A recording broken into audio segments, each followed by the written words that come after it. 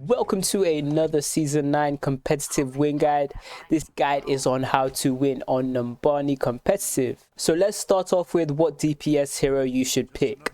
Now you always want at least one hit scan DPS, as it is very likely that the opponents may go an Echo or a Pharah. On top of this, there is a high ground platform on defend Numbani, which is very useful for hit scan DPSs. At the beginning of the map, you'd want to be taking off these railings. Reason being, it gives you better angles on the enemies below. Now at the beginning of the game, you want to be looking in this direction here. As you can see, we're getting off shots on the Mercy.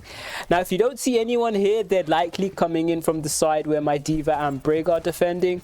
So always keep that in mind if you do not see the enemy showing up on that side. Now at the start of the game, you don't want to overshoot. You still don't know where most of the enemies are, and also you don't know where the tank is either. So you kind of want to shoot and then fall back, and you want to repeat this pattern until you start seeing more of the enemies. Now in this scenario, we see that the tank has over positioned and we don't see any other enemy, so it's perfectly fine to shoot the tank here. As you can see, we're doing a lot of damage and we create an impact for our team.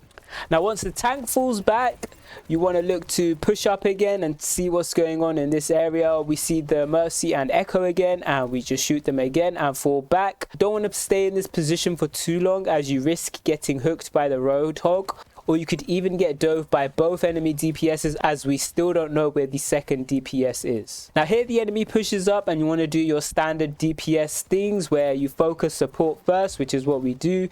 Can't see support anymore, so focus tank.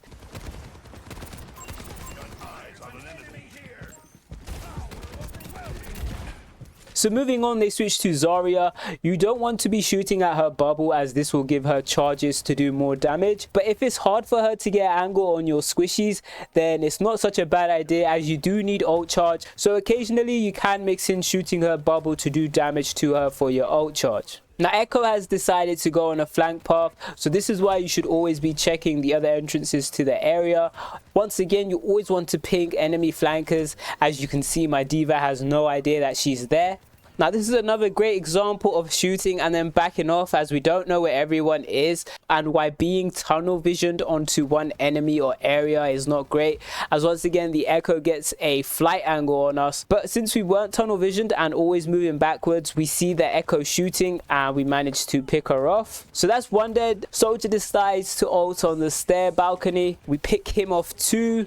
Now since two are dead, it is not a bad idea to shoot the Zarya bubble, as our whole team can focus her and they only have 3 alive. Now that the Zarya is dead, you can definitely drop from high ground and push these last 2 enemies in. We opt to stay on high ground and the Echo has respawned and tries to challenge us.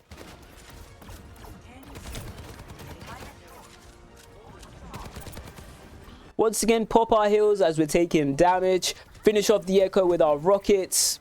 Decide to use our ultimate here as it's overtime and we want to secure the defend.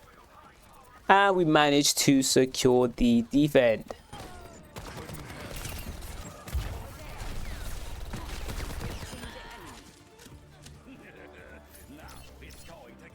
Now once you've done a clean defend on checkpoint 1, all you need to do is capture the point, and you never want to go into this area of the map unless you know that the enemy does not have Mai, as the Mai will wall off your enemy tank through this door here. It will just cause a delay on getting the point. So before you go through this area of the map, I would always recommend making sure that you know which DPSs the enemy has. So it's best to group with the team here. Pick a DPS that has a lot of damage. Bastion is not bad, and you also want to pick a DPS that will be able to get to this balcony or be able to shoot enemies that will be on this balcony. So someone like Hanzo or Genji can definitely wall climb onto this balcony. Once again, a flyer is not too bad, but the enemy may go hit scan, and that is game. Hopefully this video helped. Leave a like if it did, and good luck with your game.